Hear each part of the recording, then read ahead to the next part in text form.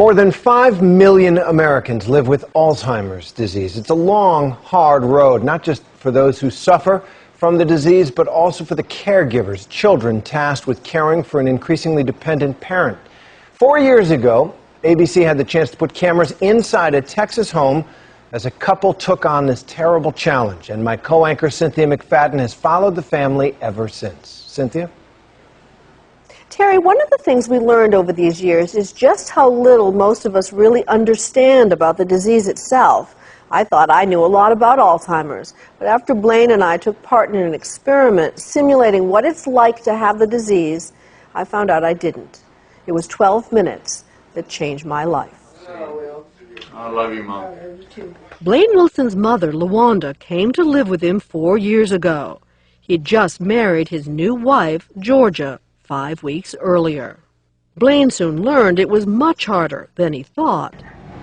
Oh, God. Blaine! She's going to drop her car. And later, she did. She lit fires. She wandered off. But LaWanda doesn't look sick, and she often seems fine, which makes it hard for Blaine and Georgia to understand how limited she really is. And that leads to frustration and resentment.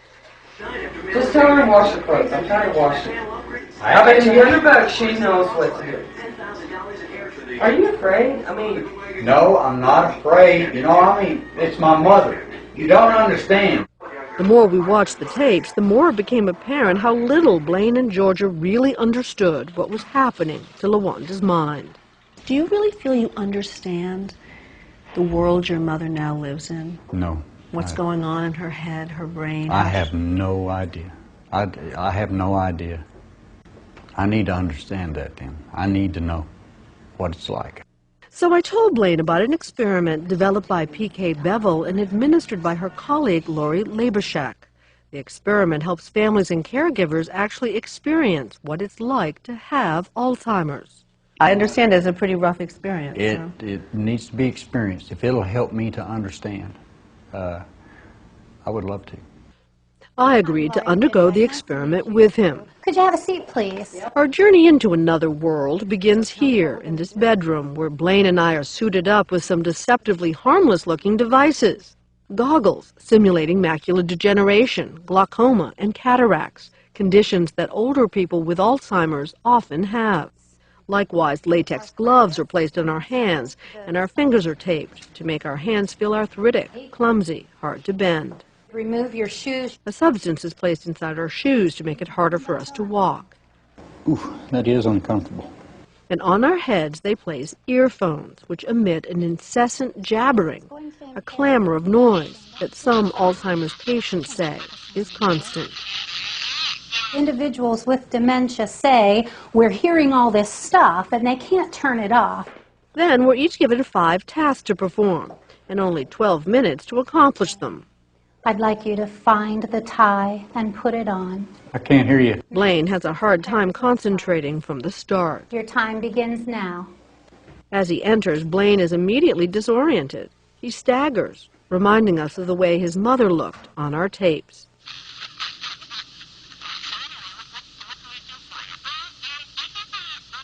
Blaine tries to accomplish his first task, clearing the dishes off the table.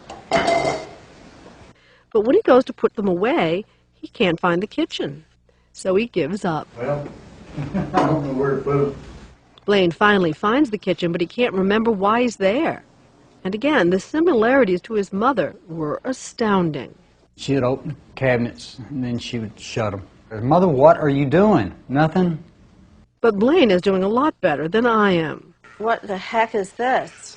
It's only about 2 minutes into the experiment, and the noise from the headset is driving me crazy. God! So annoying! As I try to accomplish my first task, find a white sweater, I work myself into a frenzy. White sweater. Remember, what I'm hearing is this. No. And believe me, it drives everything else out of your head. Annoyed! This is tough. I felt confused, kind of panicky. If I had to go through very much of that, I just might go crazy. All right, that's not a sweater. That's not a white sweater. I mean, you do understand why people start talking to themselves. This is not a white sweater. I was trying to organize my mind by saying, okay, okay, okay, all right. Not a white sweater. Not there. I don't know about that. You're doing great. PK was in the room, and at one point when I sat down in frustration on the sofa, and she said, you're doing great. Why don't you start with finishing setting the table? And she told me what else I was supposed to do. I'll remember that. The reinforcement. Yeah, because you feel so alone. And you feel so frustrated, and there's no, you don't know what you're supposed to do, and it's so dark. Reluctantly, I go back into the kitchen to try to find the plates. Glasses. How long have I been doing this? About 20 hours? I'm not doing great. I'm not doing great. And once again, I get distracted and go looking for that white sweater. This looks good enough. This is like a, okay, it's not exactly a sweater. All right, I'll put it over my shoulders. And I end up looking a little eccentric. Her son's going to say, Mama, you can't go out like that. Right. You're getting a little off here. God. In the meantime, Blaine has moved on to the bedroom, where he's supposed to match 6 pairs of socks. The hell? I don't know, man. Instead, he starts folding everything in sight. I swear, man, this is crazy. By now, Blaine seems to have forgotten his list of chores. He was supposed to have found this tie, for example, and put it on. Instead, he folds it, along with everything else. Shoot. It reminded us of the time Blaine's mother set out to cook something for lunch, then got distracted washing dishes, and didn't remember until the pot was burning. Plates! After 12 excruciating minutes, the experiment was over. I give up. Blaine, your time is up. Huh? Your time is up. Oh, shit. What an unpleasant experience. Damn. Yeah. I couldn't do anything. Golly. Blaine was visibly shaken. Yeah. What a way to try and get through each day. And kind of scary. In what way? Almost like panic. For both of us, new insights.